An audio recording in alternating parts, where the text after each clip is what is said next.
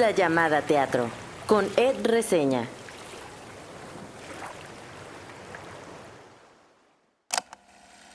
Me gusta un teatro de narraciones, de historias, que todavía cuentan relatos. No obstante, creo mi teatro pues no es fácil a veces. Estructuralmente a veces pues me gustan las piruetas, me gustan los barroquismos, me gusta un diálogo espeso, no sencillo, pero las historias, contar cuentos sí me gustan. Gracias por entrar en esta isla.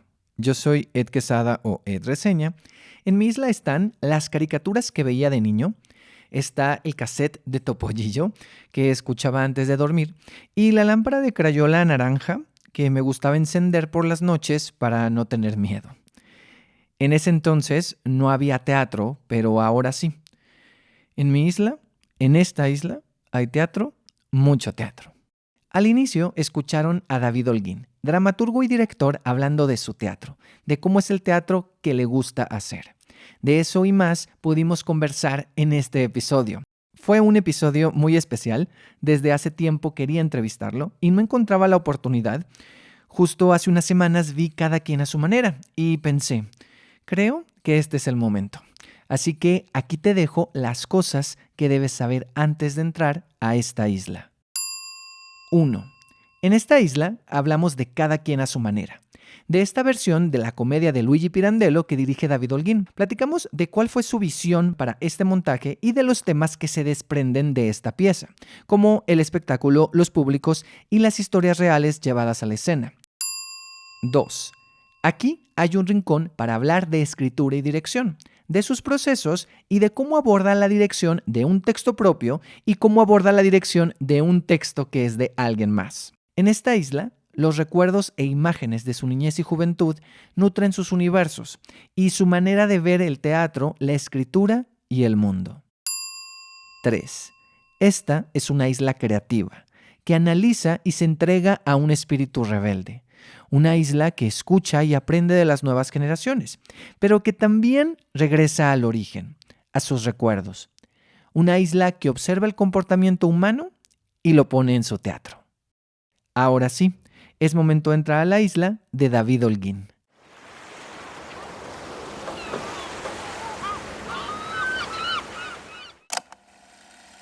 No recuerdo cuándo fue la primera vez que vi algo escrito y o dirigido por David Holguín, pero su nombre lo he escuchado con frecuencia desde que llegué a esta ciudad hace varios años, no solo por sus puestas en escena, sino también por quienes han sido sus estudiantes. Tan solo este año pude viajar junto con los personajes de Vagón y Guata en ese tren entre la vida y la muerte, en ese montaje de Lenat que dirigía David Holguín.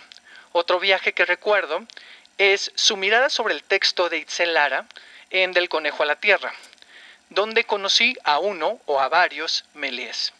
Recuerdo emocionarme, sorprenderme y sentir un poco de nostalgia, reviviendo mis clases de historia del cine en la universidad. Es inevitable, hablando de nostalgia, no hacer la conexión con La nostalgia, esa historia de dos actores que se enfrentan a una sala vacía porque no llegó el público. Recuerdo conmoverme, llorar, emocionarme con ese homenaje sí al teatro, pero también a los recuerdos, la memoria y a esa especie de alegría sin risa, alegría seria. Hace unas semanas pude ser parte de Cada quien a su manera. Sentarme al lado de un influencer o youtuber que marca tendencia, justo atrás de la primera actriz Amelia Moreno y sus acompañantes, y escuchar sus reacciones ante una obra que al parecer hablaba de un escándalo que le involucraba con un político, que por cierto también estaba en la sala. ¿Cómo olvidar la oportunidad de ver al mismísimo Luigi Pirandello sobre el escenario del Julio Castillo? Recuerdo reír, emocionarme, sacarme de onda por momentos y voltear a todos lados para ver qué estaba pasando y dónde estaba pasando. En esa experiencia de teatro dentro del teatro. Pero también recuerdo preguntarme algunas cosas sobre el teatro, la representación, los públicos, las historias reales puestas en escena con algo de ficción y la sociedad del espectáculo. El morbo que tenemos como espectadores no solo del teatro, sino de la misma vida. Al salir de esa función pensé, me gustaría entrevistar a David Holguín. Y hoy nos acompaña aquí en esta isla llamada Teatro, David Holguín. Hola Ed, encantado de estar aquí contigo. Muchas gracias. Este programa siempre lo empiezo con esta pregunta. Si hubiera una isla, David Holguín, si vieras tu vida como una isla, ¿qué cosas que a ti te representan estarían en esa isla? ¿Qué se podría ver, qué se podría tocar, qué se podría escuchar, qué se podría oler, qué se podría comer? Caramba, muchas cosas. Bueno, para empezar, yo creo que me llevaría todos mis recuerdos de infancia. Crecí en la Colonia Guerrero, un barrio popular, y de ahí me llevaría, si pudiera volver a verla, a mi abuela, a mi madre, a mi padre también me lo llevaría. Aunque mi padre me dejaba algunos recuerdos muy inquietantes o dolorosos, pero otros extraordinarios. Me llevaría el Circo Unión y a Renato, el payaso Renato, donde aprendí a mirar y a ser fascinado por el espectáculo. Me llevaría a Mantequilla Nápoles, otro recuerdo maravilloso, que también rondaba ahí mi barrio, un boxeador extraordinario, cubano-mexicano. Y bueno, me llevaría, por supuesto, a un maestro que en la preparatoria me enseñó a leer, a apreciar el arte, a apreciar la literatura, uno de esos extraños raros que tenían la verdadera vocación de inquietar a la gente joven. Me llevaría a algunos poetas, a Javier Villaurrutia. Me llevaría como músicos, me llevaría a Alfred Schnittke, un músico, compositor ruso, particularmente su cantata Fausto. Me llevaría a mis mascotas, particularmente a una gatita negra que se llama Pastora. Y me llevaría también, por supuesto, a mi mujer y a mis 2 hijos, que son en muchos sentidos mi razón de vivir. Muy bien, ok.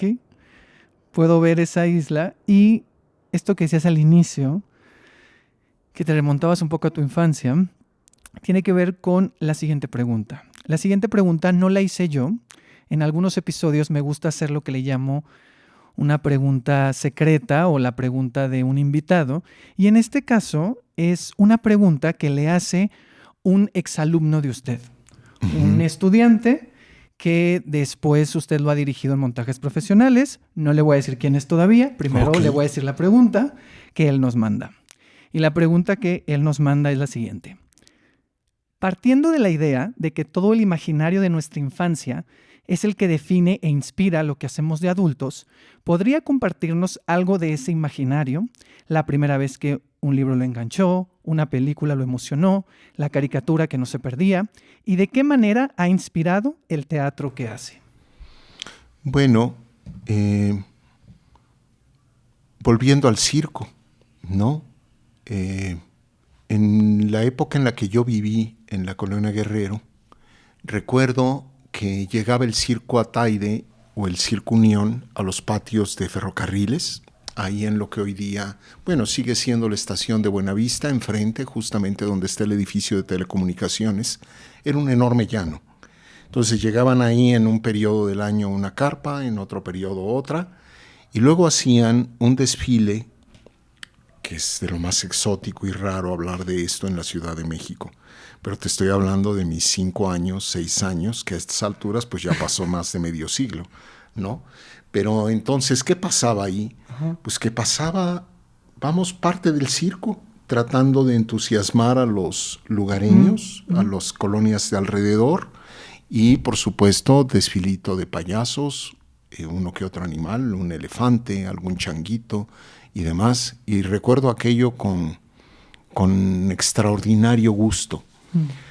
Pero se trata de ver también, o sea, me la pregunta, que qué recupero de aquello hacia el presente, ¿no? Hacia el teatro que haces. Hacia el teatro que hago. Es decir, a mí me surgió una fascinación por el teatro, pero también en esos espectáculos populares. Recuerdo El Loco del Barrio, llamado Gardel. Recuerdo a un hombre, no me viene ahorita a la cabeza su nombre, pero le hicieron hasta reportajes y demás, un húngaro que se paseaba con la osa Martina y que contaba cuentos, ahí callejeros y demás. Y entonces tengo un regusto, digo regusto porque me gusta ir cada que puedo a ese lugar, a recordar cosas, a no perder el sentido de mi raíz, de la gente que yo vi. Siento que ahí nació todo. Es decir, uno, la raíz, o sea, la gente, la sorpresa por el comportamiento de las personas, por la maravilla de las personas, la maravilla que son. O sea, de observar sus gestos, sus formas, sus maneras de habla. No podría decir cómo arengaba el húngaro a la osa Martina y demás, pero lo tengo aquí en sus gestos y en cómo sobrevive finalmente en la memoria las personas y la fascinación por la gente, por el comportamiento de la gente.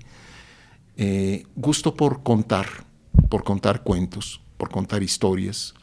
Mi abuela era una extraordinaria contadora de historias, siendo una mujer analfabeta, y que realmente ahí arrancó mucho. En una familia que no tenía nada que ver con el arte, eran comerciantes básicamente todos ellos, pero sin embargo, estoy seguro, era mi abuela la que les metió la idea de la mentira y de la ficción y de las... Bueno, se inventó una mitología de que según esto, ella que había nacido en León, Guanajuato, Pancho Villa le había regalado una pistola cuando ella estaba en los brazos de su madre y le agarró la cabeza y le dijo, qué niña tan bonita. Y entonces ella se acordaba de todo. Y de ahí para el real, ¿no? Mil cuentos y mil historias. Entonces, ahí están los relatos. Me gusta un teatro de narraciones, de historias, que todavía cuentan relatos, no obstante... creo mi teatro pues no es fácil a veces, estructuralmente a veces pues me gustan las piruetas, me gustan los barroquismos, me gusta un diálogo espeso, no sencillo, pero las historias, contar cuentos sí me gusta.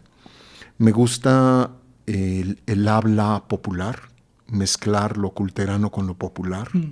Me gusta también en el teatro que he hecho y que lo que yo he aprendido a hacer, el que siempre hay personajes extraños, raros, mundos que tienen que ver con el sueño, con lo raro, y creo que viene de por allá atrás, que hoy día son una rareza estas gentes para lo que es la Ciudad de México de nuestros días.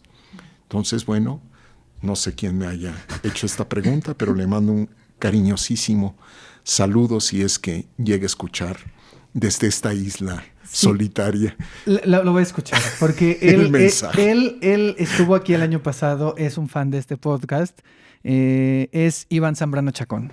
Ah, cómo no, mi queridísimo Iván. Iván fue quien mandó la pregunta. Muy bien, te mando un abrazo.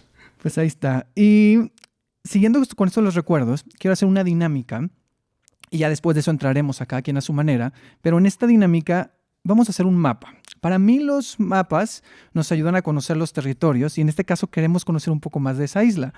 Ahorita ya conocimos un poco de su infancia y de eso que ha nutrido su imaginario para hacer el teatro que hace, ¿no? Lo que decía ahorita. En este mapa yo le voy a preguntar por un recuerdo, un ejemplo. Le puedo decir un recuerdo de un cumpleaños y usted me dice una imagen específica. Me dices, o sea, pensar en una foto. Imaginemos una foto. Un recuerdo con tu familia. Bueno, con mi familia, digamos, la de allá atrás, no la reciente, pero la de allá atrás, la imagen es la siguiente.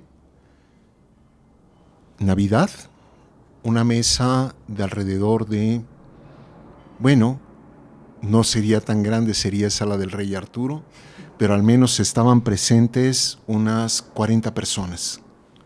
Era una familia de 8 hermanos con sus respectivas familias y a todos los convocaba la abuela. Entonces era un gentío, Ok. ¿no?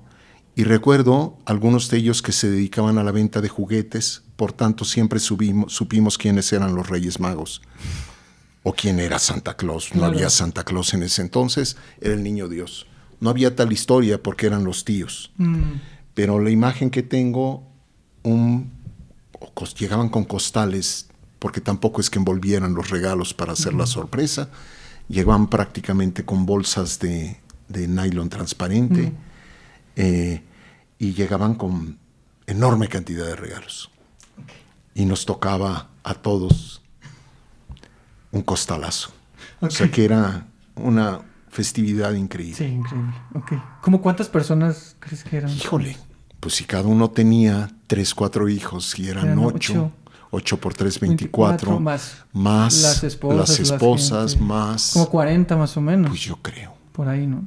Ya luego se fueron peleando y empezó aquello, Sí, ya. como siempre, las diásporas.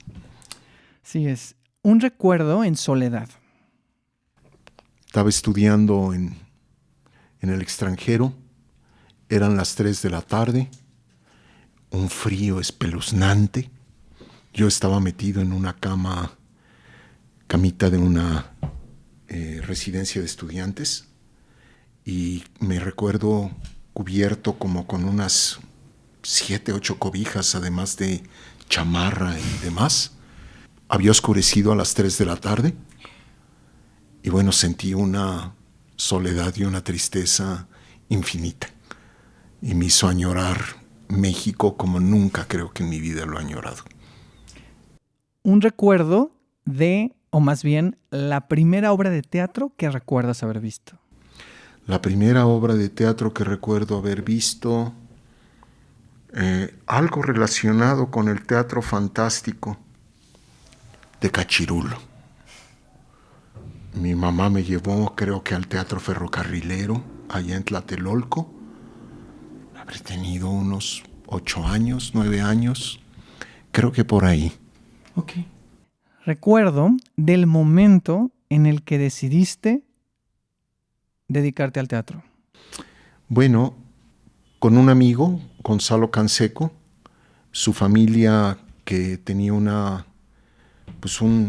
muy, muy rico bagaje cultural, y que me lo encuentro en la preparatoria, nos hacemos amigos en primero de prepa, y una amistad hecha de largas caminatas y de haber descubierto por primera vez, digamos en general, los libros.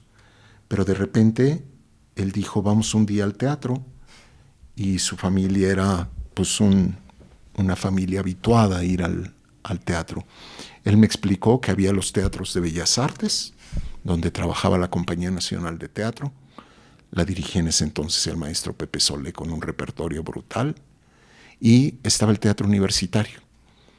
Y entonces con él fue con quien empecé a descubrir esa maravilla. Y nos echamos Luces de Bohemia como 4 veces, dirigida por un director español, Quintero, si no me equivoco, en esa Compañía Nacional. Y por otro lado, él estaba enamorado de una de las haditas que aparecían en Sueño de una noche de verano, que había montado Garcini en aquellos siglos ya idos.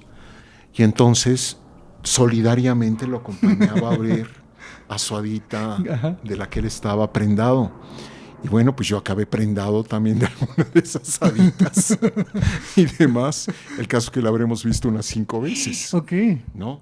Entonces íbamos así, de la Compañía Nacional de Teatro de Limba al Teatro Universitario del UNAM. Y ya, o sea, ¿y ya cuándo fue el momento de, voy a estudiar esto? O sea, voy a estudiar teatro. Voy a estudiar esto. En la prepa lo decidí, en tercero de prepa. Monté una obra. Era una rareza. Estábamos en una escuela católica, muy rígida de repente en sus formas, pero nos dejaron hacer una obra de teatro, política, para colmo, crítica del PRI de entonces y demás. Y después de esa experiencia, que era adaptar unos textos de aquí, de allá, recuerdo que metí textos de Garibay, que me inventé escenas, que esto y aquello, y demás. Después de eso dije, quiero hacer teatro. Bien. Y para cerrar esta parte del mapa, un recuerdo escribiendo. ¿Cómo no? Un concurso literario en la delegación Cuauhtémoc. Vi el letrero y dije, pues me voy a meter. Y me acuerdo pasarme toda una noche, fue la primera noche en la donde yo dije, pues esto sí puedo escribir. Y lo más entrañable del asunto es que mi mamá me alentó y al día siguiente, en un mercado Martínez de la Torre, donde ella tenía un negocio, unos cuantos pasillos después, era una época en la que, pues por supuesto, escribir a máquina, o ibas a Santo Domingo, o tenías tu propia máquina de escribir, y yo no tenía una máquina en casa. Entonces me acuerdo que ella me llevó con un cojito, Erasmo se llamaba, que era, por así decirlo, el amanuense y el escriba de los locatarios de ese lugar, y se dedicaba a escribir a máquina. Y él transcribió mi cuento. Okay. Esa vez que yo lo llevaba todavía manuscrito, él lo pasó a máquina, y acabando de pasarlo a máquina, él me dijo, está entretenido. Y entonces yo dije, bueno, a ver si es chicle y pega, ¿no?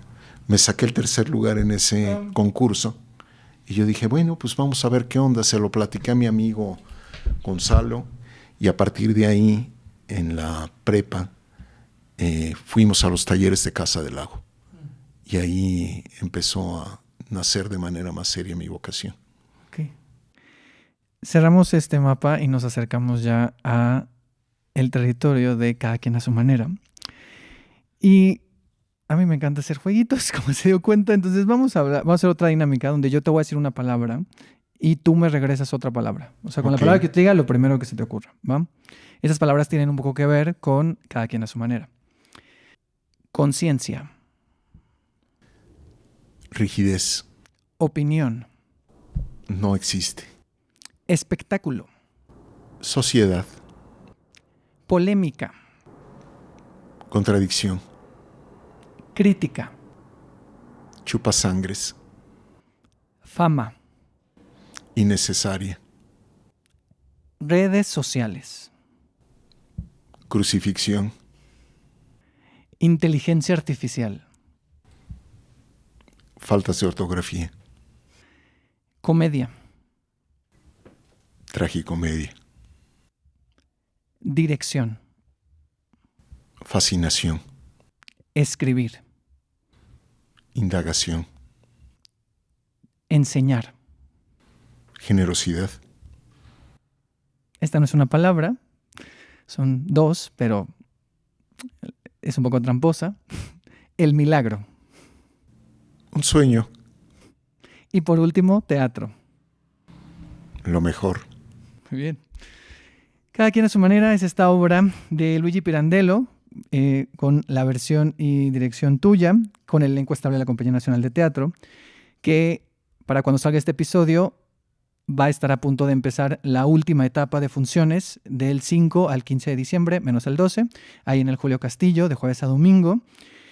Y bueno, esta es una comedia en 2 o 3 actos. Y para la gente que no la ha visto, ¿de qué va? ¿Qué es cada quien a su manera? Cada quien a su manera, y bueno, sin afán de spoilear, como dicen hoy día, la historia, porque no hay por otra parte una historia. La anécdota en sí misma es muy sencilla, básicamente, ¿no? Borda alrededor de una especie de femme fatale, una actriz que vuelve locos a todos los hombres que se cruzan en su camino, muy propio de una mitología fílmica y justo de la vida del espectáculo de finales del XIX, principios del siglo XX, que es la generación de Pirandello. Y a Pirandello lo tenemos, digamos, como totalmente conocido, ya culturalmente asimilado inclusive, con las palabras teatro dentro del teatro, ¿no? Pero en esta obra Pirandello quiso ir, creo yo, a un paso más, en su afán por tender puentes entre la realidad y la ficción, lo que Pirandello hace es marcarnos 3 planos de historia.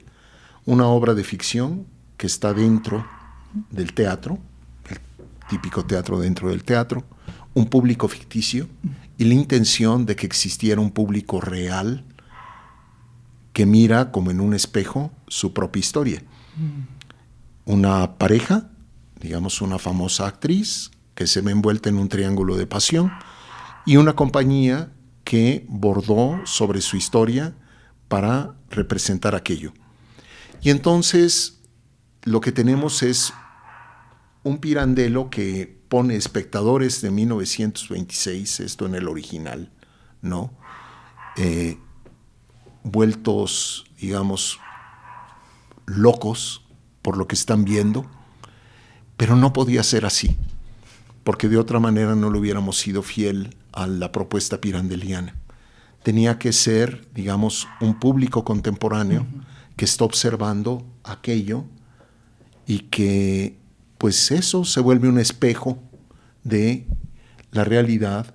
Y yo creo que en eso tuvo una premonición de la mentada sociedad del espectáculo que nos envuelve.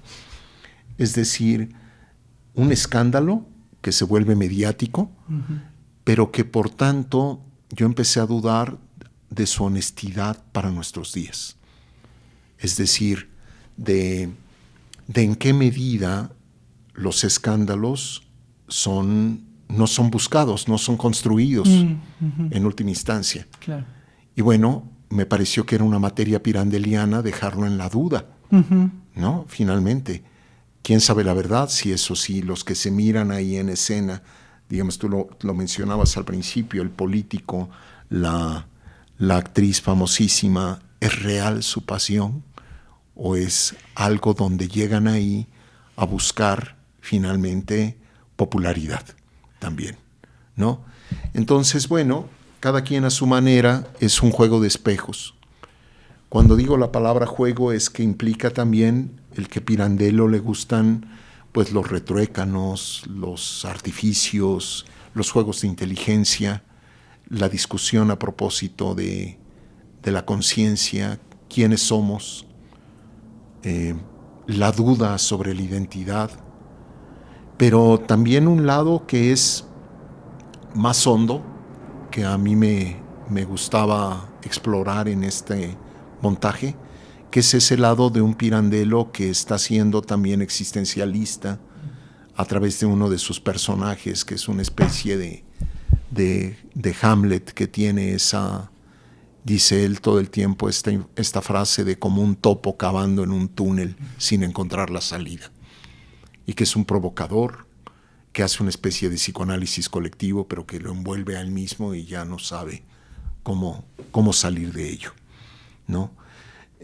Algo de eso es cada quien a su manera, y es también la Compañía Nacional de Teatro, con una encomienda que se me hizo trabajando con la mitad del elenco, casi la mitad del elenco, un gentío. Es un gentío. Un gentío. Yo al final los estaba contando, son como más de 22, 23. 24 Ajá. son. Y en algo donde de repente ya no sabes si a quien tienes al lado, en qué momento va a actuar. Sí, claro. En qué momento va a decir algo. Claro. ¿No?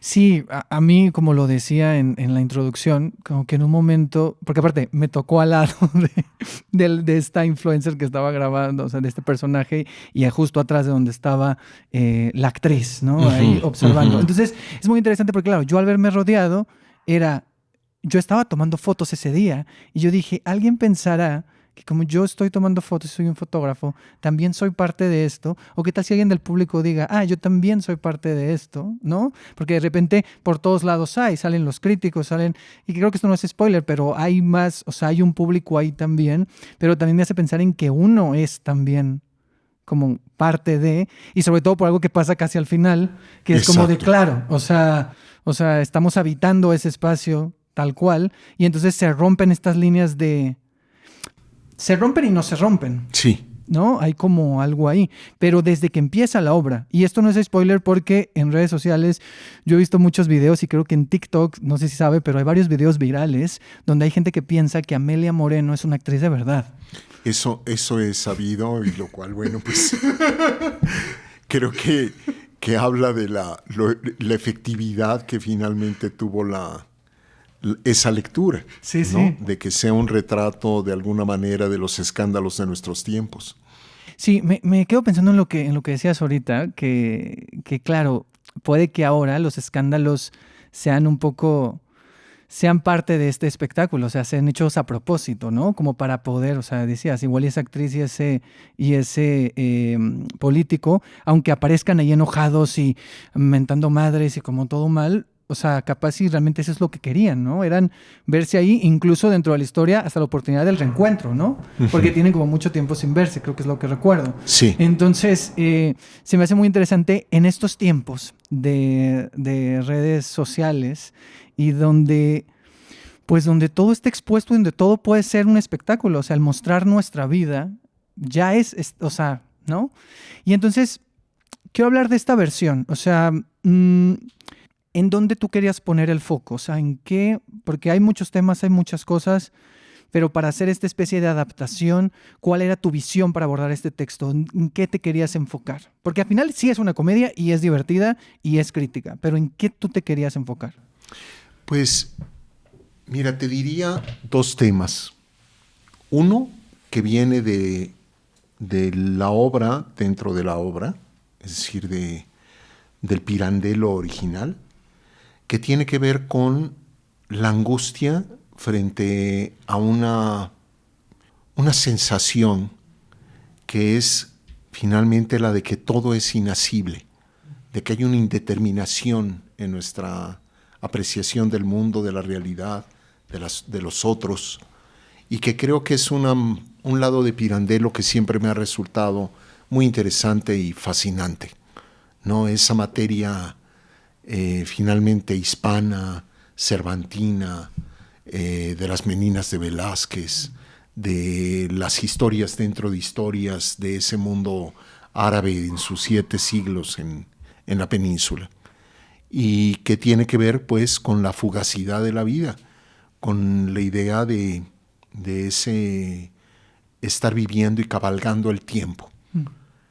Y esa es, digamos, una de las líneas que está más presente en las ideas que se pulsan al interior de la obra y que visualmente están planteadas en ese marco barroco de la escenografía que tiene como finalmente, por una parte, el espejo del público, pero también las historias dentro de historias, ¿no? Entonces, ahí está ese mundo que es para mí un mundo que me fascina en última instancia y que tiene que ver con mucho del teatro que he contado o que he hecho. Y por otro lado, esta especie de espuma, con esa sensación de que como la espuma misma pues rebasa el vaso y se vuelve a llenar y va de nuevo y nos mantiene en una especie de increíble superficie de las cosas, y donde el escándalo se nutre de sí mismo y va una y otra vez en una vértigo y una vorágine donde todo se vuelve terriblemente superficial de repente, ¿no? Y entonces ese era el marco que me parecía que tenía que envolver, porque era también algo que bueno, es lo que plantea cada quien a su manera en su material original. Claro. Es decir, hay una multitud ahí de los que van a ver la obra y que hablan los críticos, la literata que desprecia la literatura, el público, los espectadores adinerados, los espectadores democráticos, y los pleitos de quienes quieren a Pirandello, de quienes no, y por ahí anda también el mismo Pirandello, ¿no? En ese 1926 se pinta ahí. Entonces yo dije, bueno, ¿y por qué no metemos a Pirandello y que a fin de cuentas... Pero él mismo, no, en la obra original él no se mete a sí mismo. En la obra original se habla de que está en el teatro. Ah, ok. De eso se habla, ¿no? Ajá. Y se cuestiona a Pirandello. Y entonces yo dije, bueno, pues como un hecho entre surreal mexicano y y también un homenaje a esta idea de finalmente el autor, ¿no? El teatro en la cabeza de la materia pirandeliana. Sí. Sí, justo, a mí me encantó, porque justo, o sea, hay un momento en la obra donde como que te lo están anunciando, o sea, se habla de que ya está, ¿no? Y después el momento en el que aparece para mí es como muy lindo, y no sé por qué justo me recordó a la nostalgia. O sea, como que sentí como esa conexión que tiene que ver con el teatro, con esta nostalgia, con esta melancolía de él como por su propia historia, ¿no? Y no sé, se me hizo como muy, o sea, como que me quedé mucho pensando en esa parte. En general me quedé pensando en muchas cosas, pero también recuerdo algo que me llamó la atención, que creo que no hemos hablado de eso, y que hablaba, creo que no me acuerdo que alguien lo decía en un diálogo, esto de, es que están trivializando la tragedia, no sé si lo decía la misma Moreno. Amelia, Sí. o sea, que hablaba de esto, y a mí me puso a pensar, sí, en ese momento, pero también en este teatro que habla de la realidad, de estos autores que hablan o de sí mismos o de ciertos sucesos, o esto de hablar de los temas sociales, como estas líneas entre en dónde estoy haciendo un espectáculo de algo que es doloroso para alguien. Entonces, o sea, me llevó a otros temas que tienen que ver un poco con el biodrama, pero con el teatro documental, pero también con tomar sucesos o personajes reales de un México tan violento, por ejemplo, o de cosas que suceden en otros lugares, pero que son violentas, y es cómo estamos haciendo espectáculo con la violencia o espectáculo con historias reales. O sea, ¿dónde están los límites? O sea, ¿realmente cabe todo en el teatro? ¿Cómo es la aproximación? A lo mejor Pirandello no lo planteaba desde ahí, pero me llevó a esos lugares, ¿sabes? O sea, Claro que sí, y es parte de una discusión que creo que está en la obra y que tendría que ver con algo así, vamos a nombrarlo como la ética de la representación, ¿no? Tal cual, sí. Finalmente, porque por un lado es algo que nos ha obligado a los que hacemos teatro, finalmente, bueno, por supuesto también a los que hacen cine, pero quizá por el hecho de la corporeidad, ¿no? Más a los de teatro en la medida, o de artes escénicas en general, vamos a ponerla así, porque si no me van a crucificar algunos. Pero a este de estar muy atentos, ¿no? En qué momento estamos también medrando con vidas ajenas, en qué momento estamos reproduciendo el mensaje de la violencia que se ha vuelto cotidiana, y también en qué medida,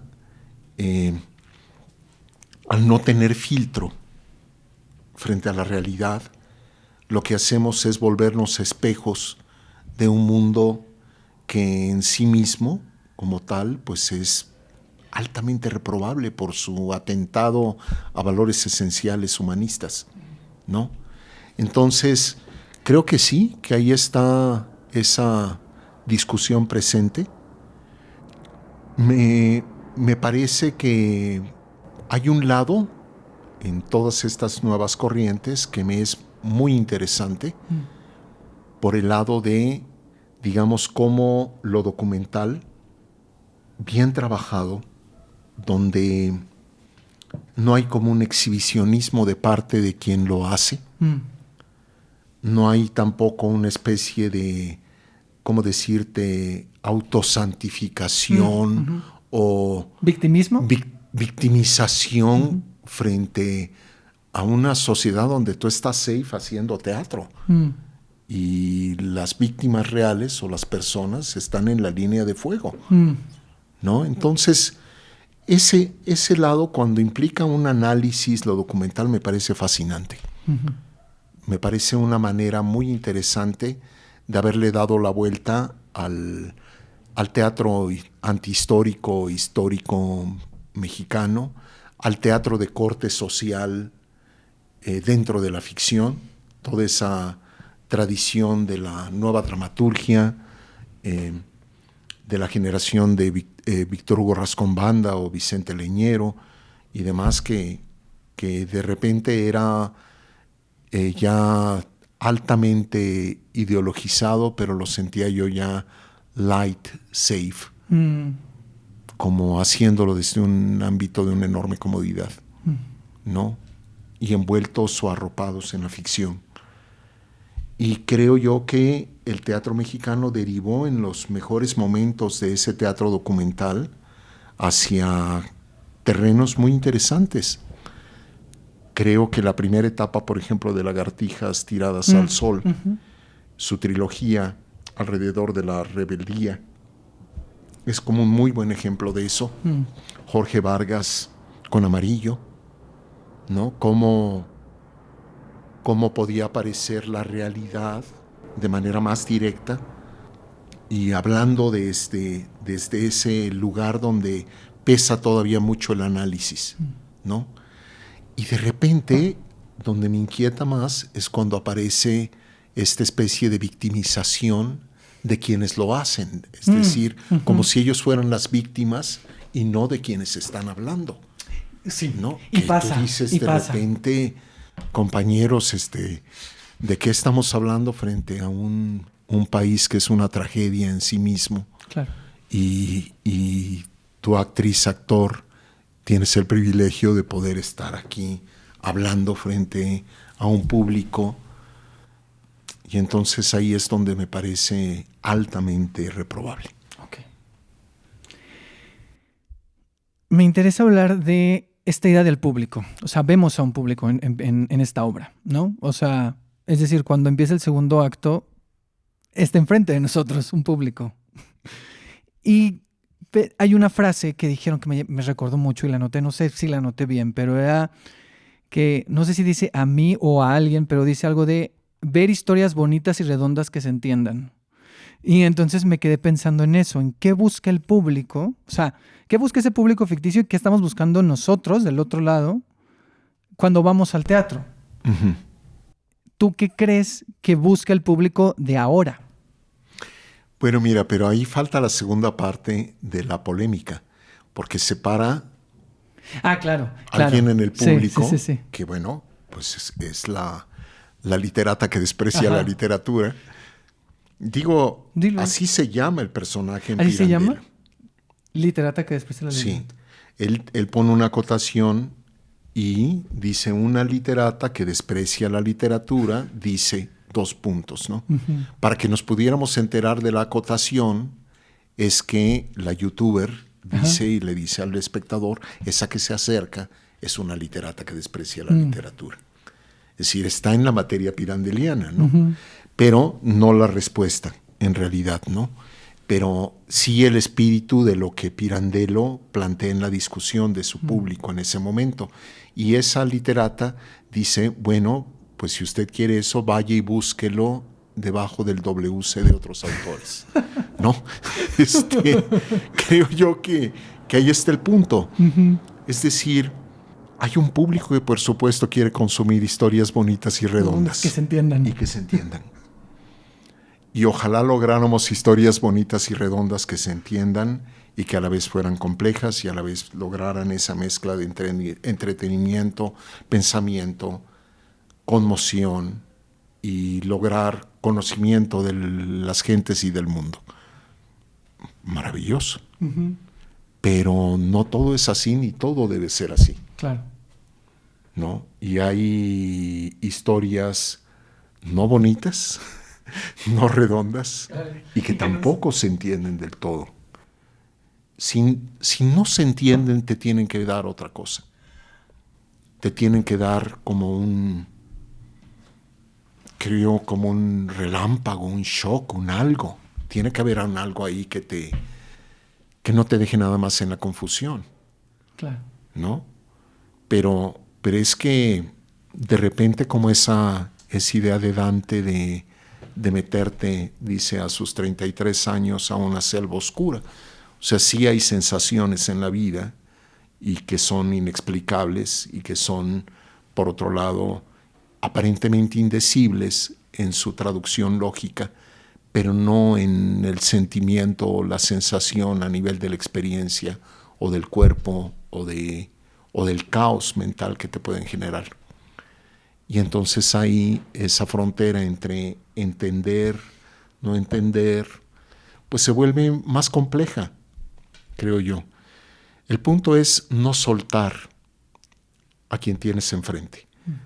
y tampoco volver a la idea de que nada más nos miramos nuestro pobrísimo y unitario ombligo y estamos con nosotros mismos.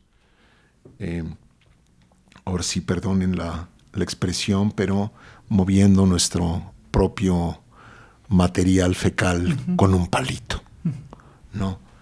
Es decir, no, sí hay que comunicar, pero en medio de eso, pues también hay estructuras, maneras de narrar difíciles, complejas, no redondas y no necesariamente bonitas. Exacto.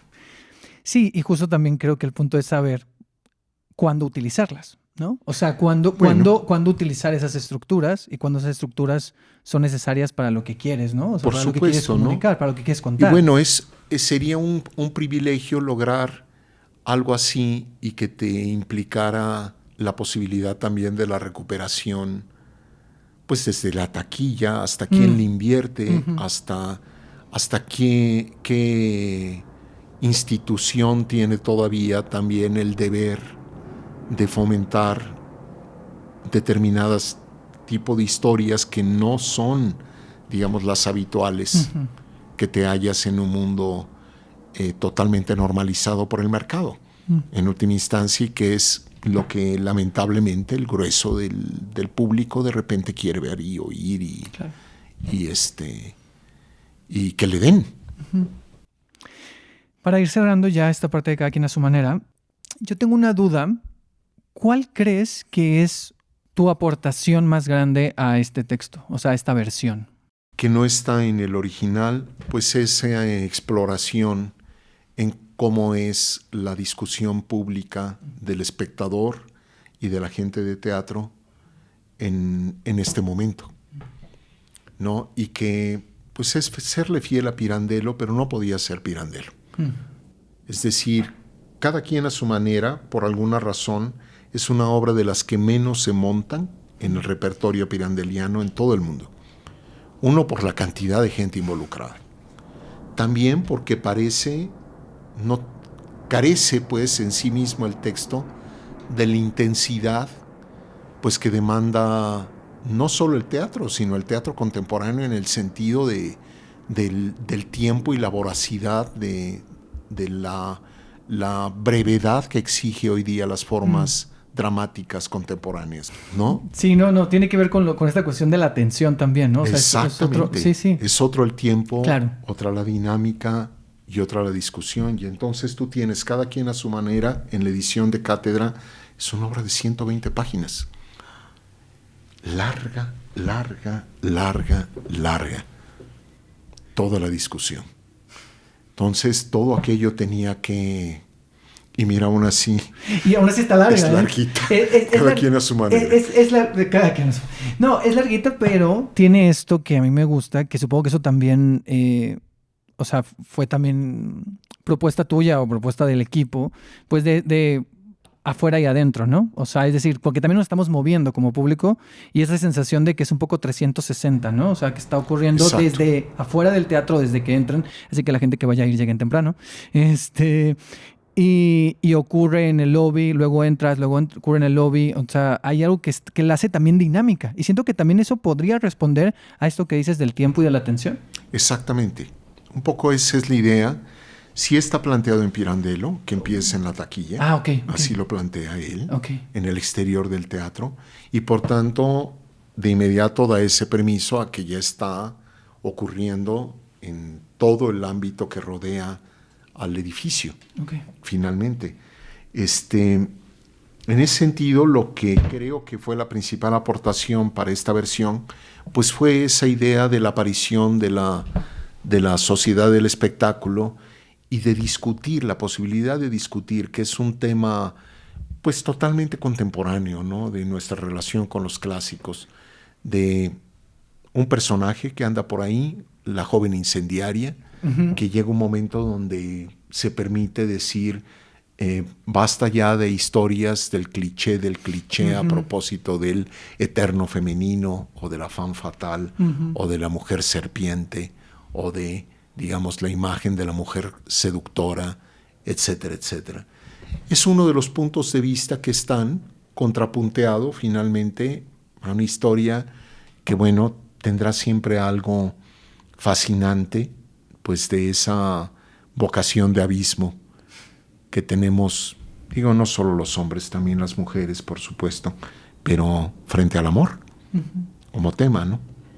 La gente que no la ha visto, ¿qué puede esperar? ¿Con qué se va a encontrar cuando vaya a ver cada quien a su manera al Julio Castillo? Pues yo creo que con un circo de 3 pistas o 5 pistas, con la posibilidad de verse inmersos de repente en la confusión y pedirles paciencia para que la confusión se disipe, para que abra a nuevas sorpresas y a una sorpresa final donde se espera que participen, ¿no? Que participen con entusiasmo y griten y reclamen. Sí, sí. Que por cierto, para la gente que nos escuche que no la ha visto, es una participación interesante y divertida. Lo digo para la gente que luego le estresa participar en el teatro. No es el terror al payaso de la infancia. No sé. Exactamente. No se vayan por ahí. Y lo dice alguien que luego las obras así de pasen o algo así como que lo saca de onda, pero aquí créanme que funciona y para el momento en el que llega seguro van a querer participar y ser parte de eso. Pues ahí está, cada quien a su manera.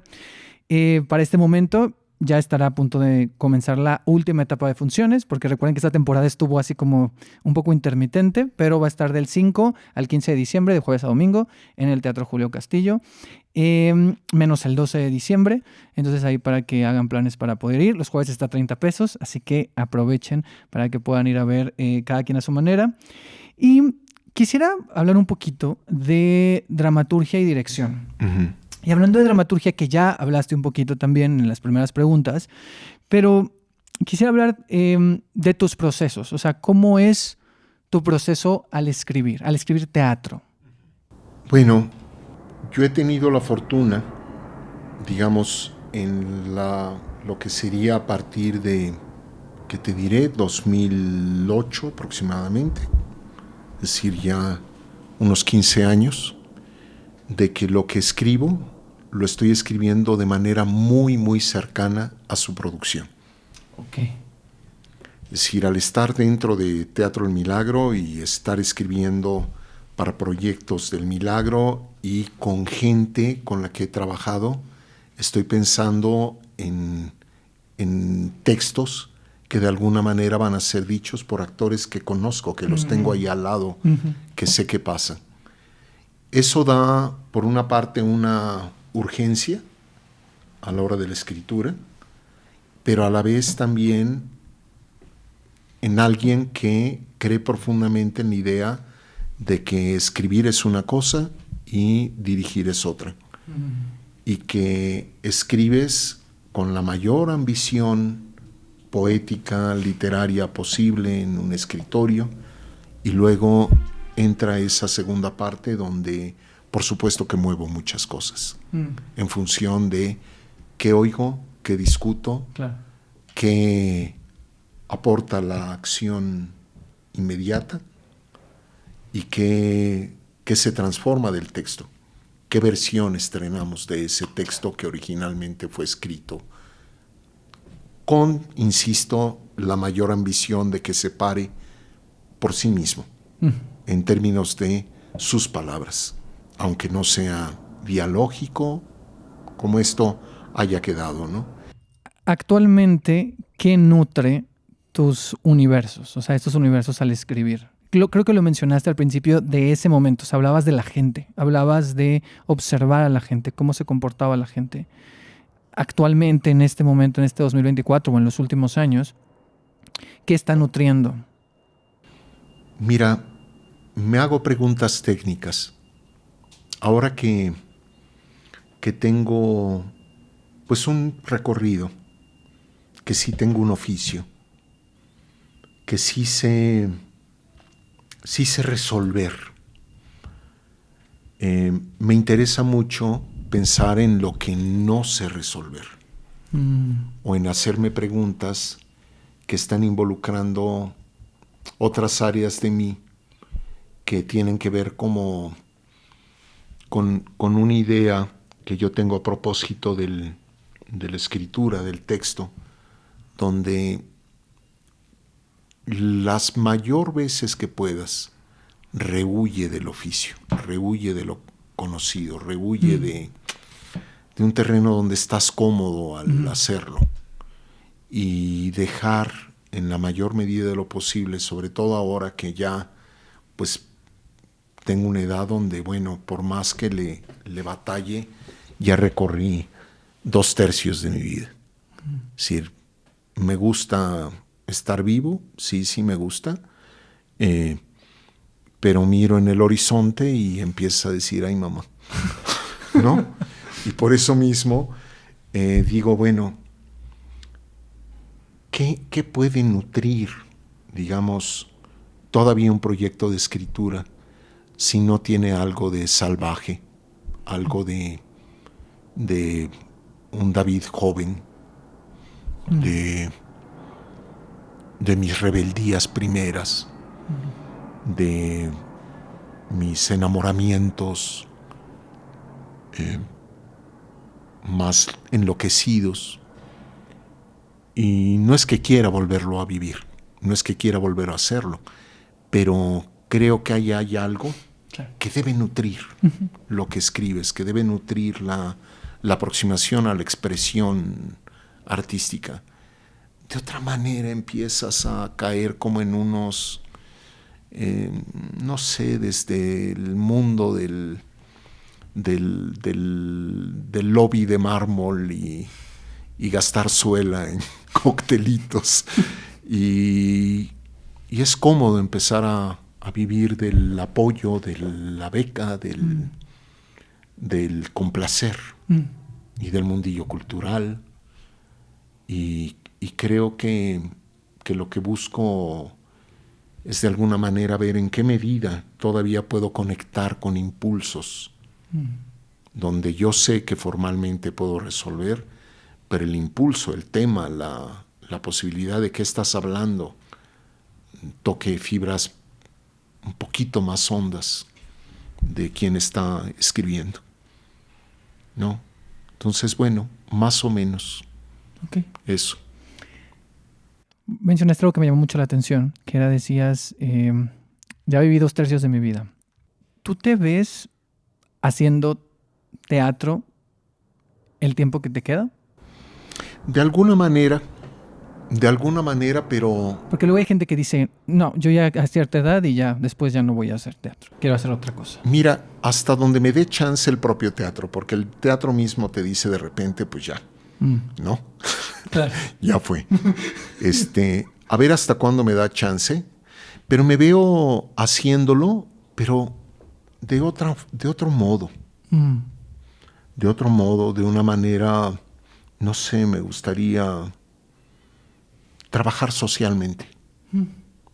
Es decir, algún tipo de proyecto donde pudiera... el teatro sirve para muchas cosas. No creo en esta nueva línea política que nos ha traído la 4T, donde pareciera que decir que el teatro es un arte, pues, se ha vuelto un pecado, ¿no?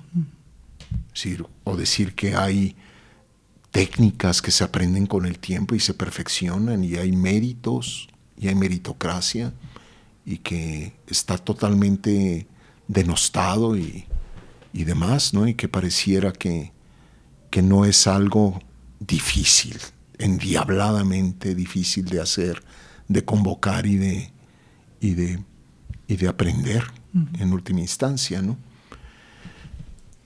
Para nada, pero sí creo que sin duda el teatro tiene un lado social donde a mucha gente le puede ser útil en función de su expresión, de sus posibilidades de vivir mejor. Claro.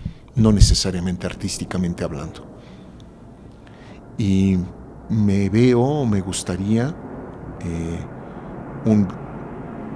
encontrando un espacio donde pudiera hacer una labor social, una tarea social, y donde todavía existiera por ahí la posibilidad del teatro con otros fines.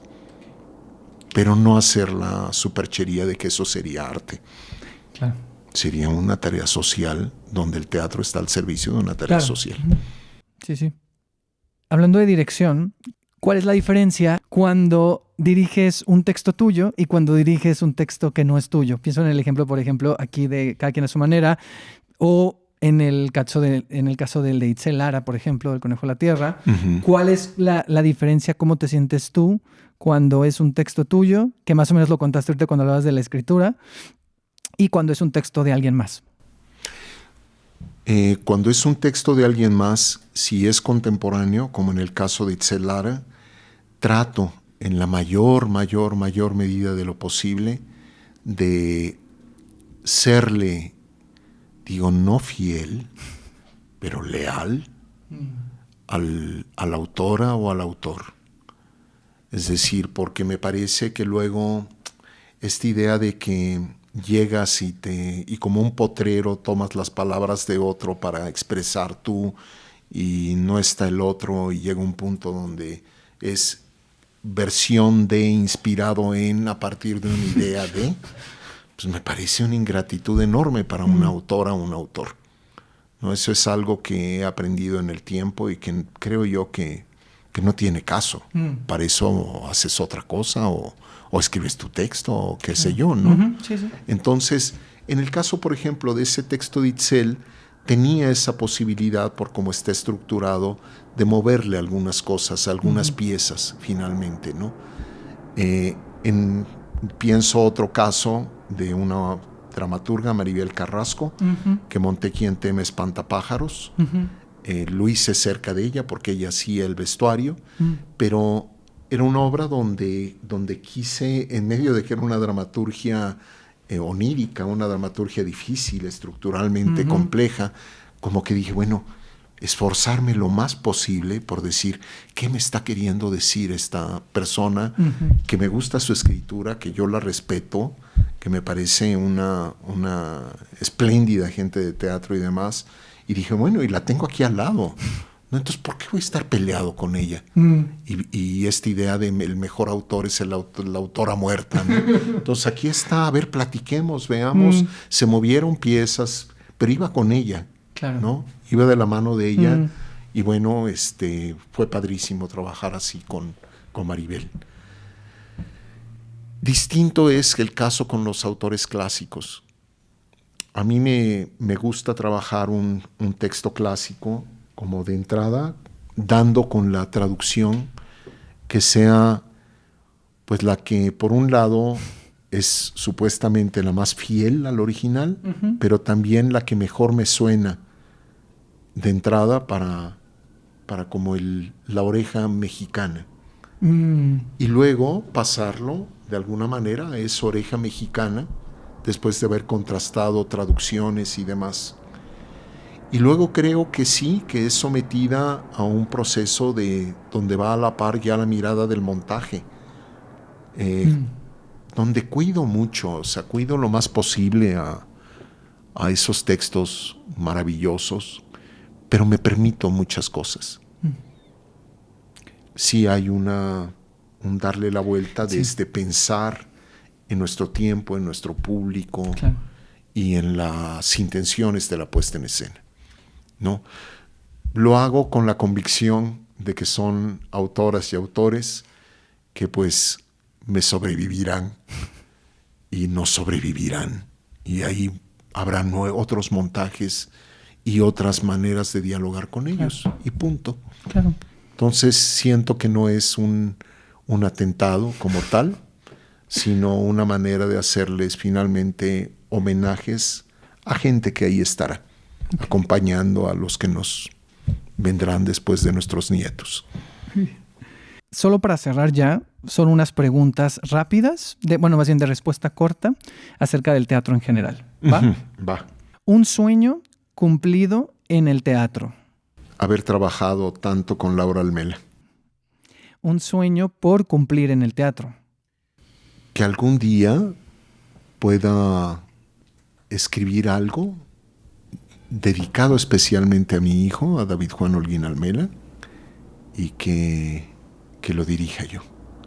Un miedo de esta profesión. Uy, que te salgan mal las cosas, que no funcione ni en lo más mínimo. Algo que aprendiste en la escuela que todavía recuerdas y que sigues poniendo en práctica. Ambicionar el serle fiel a la naturaleza humana, el adentrarte en el corazón humano. Algo que aprendes de tus estudiantes. Su garra, su quererse comer el mundo. Siguiendo en este tema de la docencia, ¿crees que se ha transformado tu acercamiento a la docencia en estos años? O sea, si lo ves como hace 10 años, si lo ves ahora, ¿crees que se ha transformado? Y si sí, ¿cómo? Sí, totalmente. De mis primeras experiencias como docente, creo que las elimino por completo, totalmente equivocado. Con el andar del tiempo he entendido dos cosas. Una, a evitar, digamos, una relación vertical. Los miro como colegas jóvenes, pero sí creo definitivamente en que la técnica es algo fundamental y que establece la diferencia entre quien enseña y el alumno. Uh-huh. Ahí no puede haber verticalidad, ahí tiene que haber autoridades. Y las autoridades es simplemente pensar que soy un colega con más tiempo. Quizá tengan todo el derecho a cuestionar mi poética, mas no las técnicas que idealmente están depuradas e idealmente establecen determinados saberes canónicos que sí podemos finalmente reproducir para hablar de otra manera, si quieres.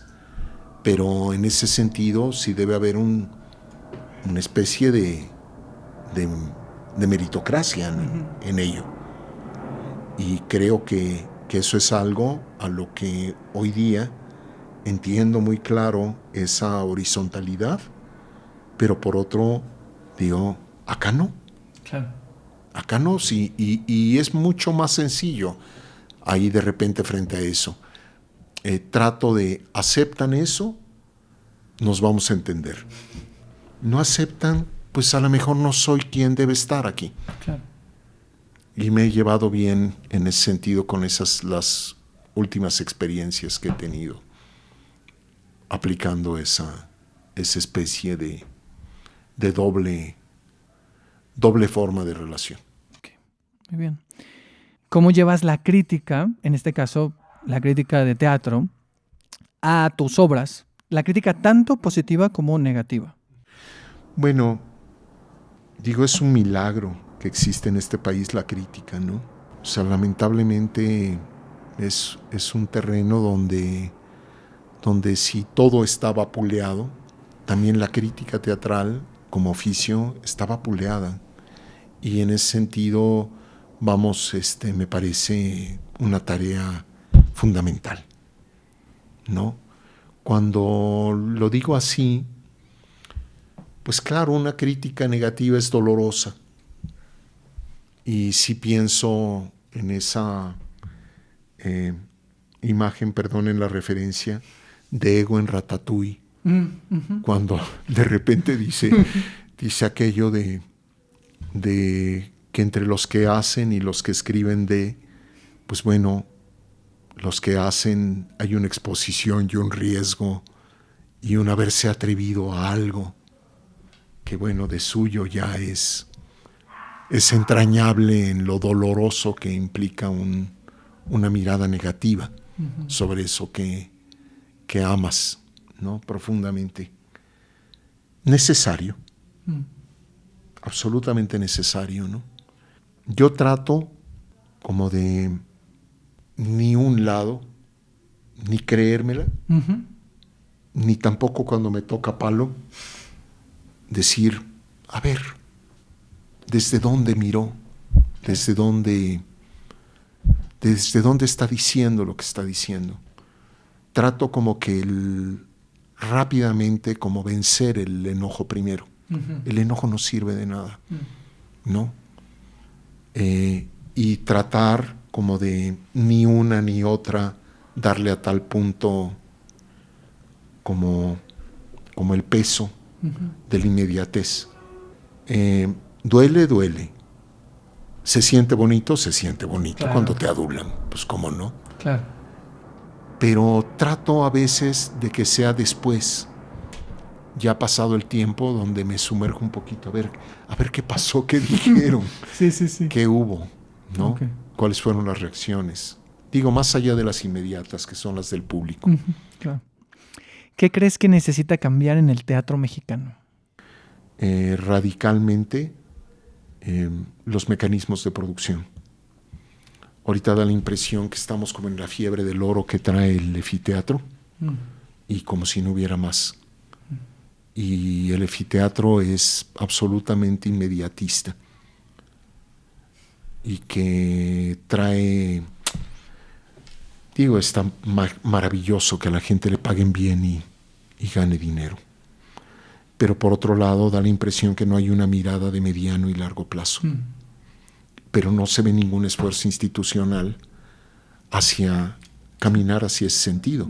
Da la impresión que frente a la pobreza general se están aprovechando de los efiteatros nada más y dan la impresión que saludan con sombrero ajeno.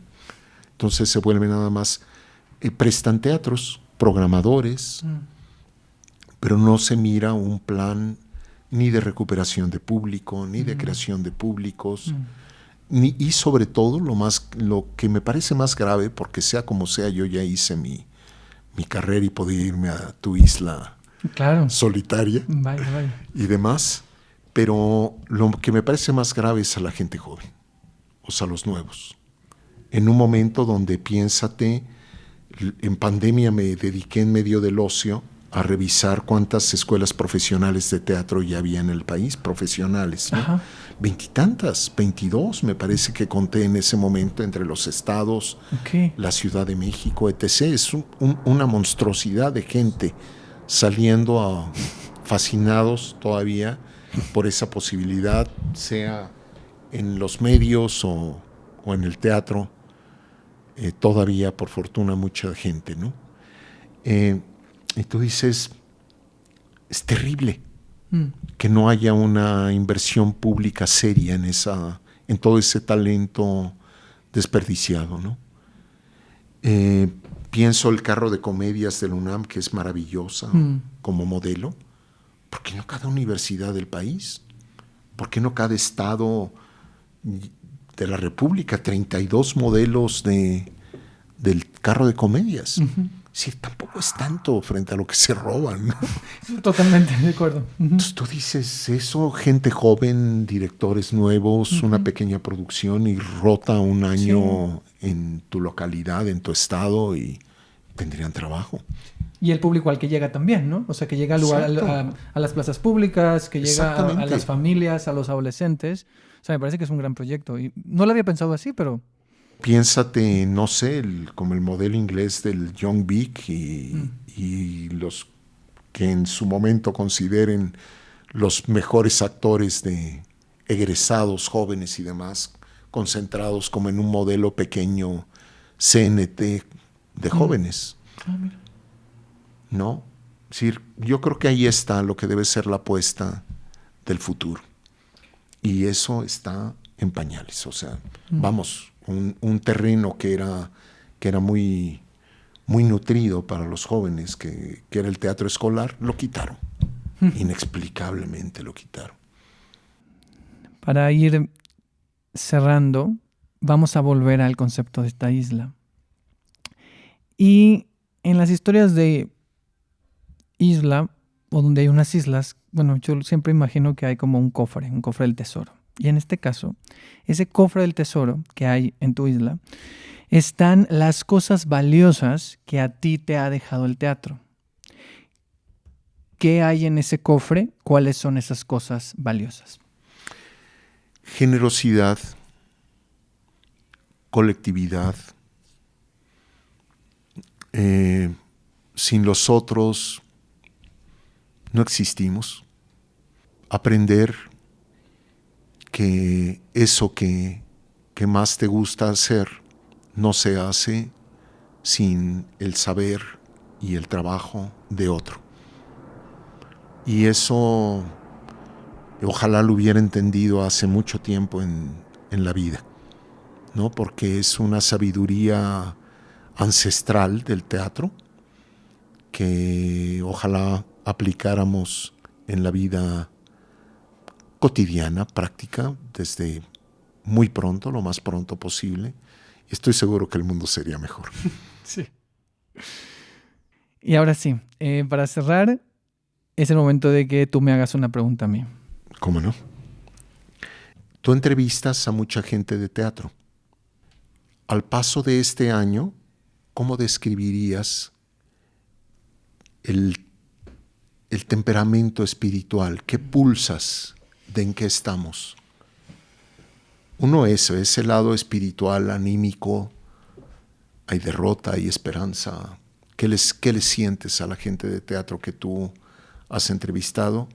Y también como Ed Reseña, es decir, especialista en mirar, conversar, analizar la salud de nuestro teatro.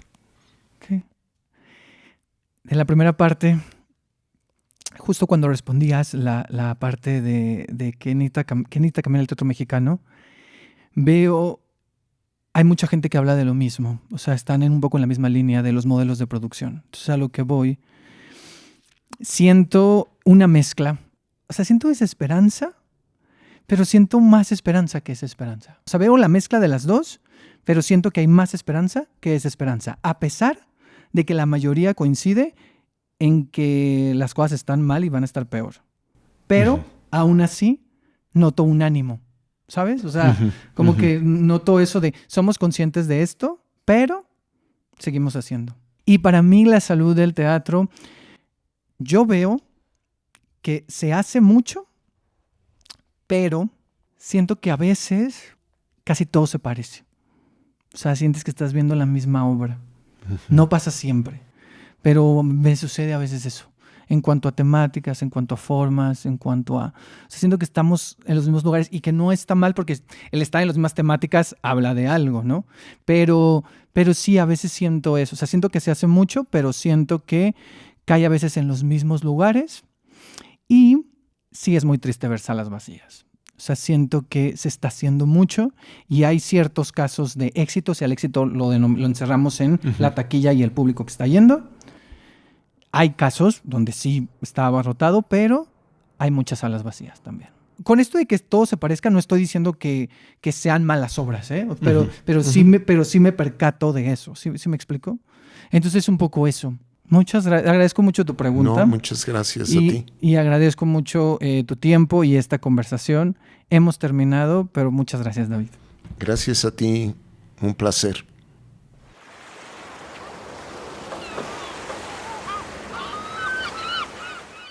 Esta fue La Isla de David Holguín. Muchas gracias, David, por tu tiempo, por tu amabilidad y generosidad al contarme de tus recuerdos, tus procesos, de cada quien a su manera, de la manera en la que abordas la docencia ahora. Gracias por tus palabras, disfruté mucho la conversación y tu visión del teatro y de la gente. Confieso que al inicio estaba nervioso, creo que sí se nota. Además es curioso que en la conversación cambio del usted al tú y viceversa con frecuencia. Creo que era un poco como por mis nervios. Gracias a Corina Rojas y Marisol Barrientos del equipo de difusión de la Compañía Nacional de Teatro por hacer posible esta entrevista.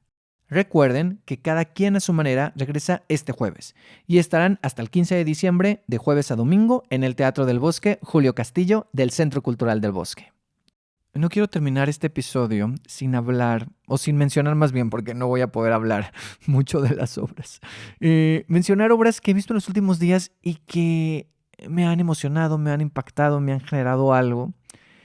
Y con eso me quedo yo del teatro. Entonces son obras de las que ahorita, como dije, no voy a poder hablar mucho, pero de algunas he escrito en Twitter y de otras voy a escribir o he tomado fotos ahí en mi Instagram, o más bien he tomado fotos y las he subido a mi Instagram.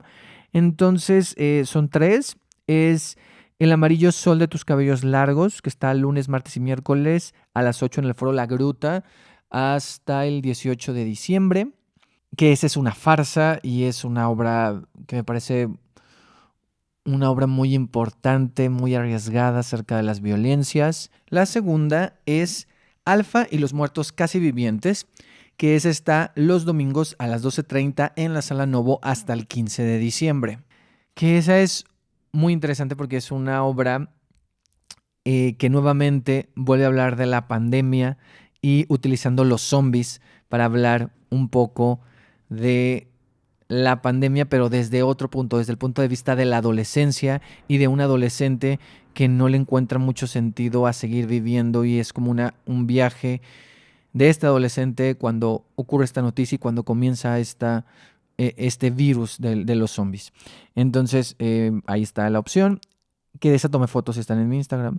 Y la tercera es Archiduque, que es de Mariana Arta Sánchez, dirigida por Ginés Cruz, que es del CUT. Es hecha por los estudiantes del CUT, ahí en el CUT, en el Centro Cultural Universitario, atrás donde está el CUT, en la caja negra del CUT. Ahí es entrada libre y están de jueves a domingo y termina este domingo. Es una comedia que se burla de la izquierda, pero también de la derecha, pero se burla muchas cosas de la sociedad. Es políticamente incorrecta en algunas cosas, pero en otras no. Critica también los activismos. Entonces me parece que tiene unas cosas muy divertidas y tiene un montón de combate escénico. O sea, tiene todas estas cosas que tienen las obras para que los exámenes de las escuelas de actuación. Movimiento, voz. En este caso tiene mucho combate escénico. Y tiene como, ya sabes, estas obras que tienen como su momento para que cada estudiante se pueda lucir. Y creo que sucede y me parece muy divertida. Esta última es un poquito larga, dura 2 horas 40, pero tiene un intermedio. ¿2 horas 40 o menos? No, 2 horas 40 y tiene un intermedio de 10 minutos, creo. Pero me la pasé muy bien, me reí mucho.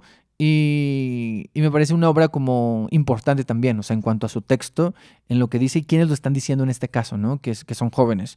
Entonces, bueno, ahí está también Archiduque. Estas 3 se las recomiendo y me parece también importante dar recomendaciones en diciembre, porque a veces se piensa que en diciembre ya no hay obra, ya se acabó todo el teatro, y no, creo que hay muchas opciones para ver en diciembre. También son las últimas funciones de Mil veces no, de Los perros, que saben que son de mis obras favoritas de los últimos meses, entonces todavía pueden ir a ver esas 2 y pues hay mucha opción para ver.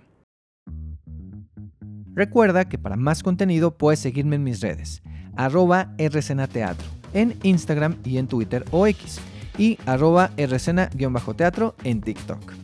Es momento de despedirnos y dejar esta isla. Gracias por haber estado aquí. Nos escuchamos en un próximo episodio, y si no, de seguro nos vemos en el teatro. Bye.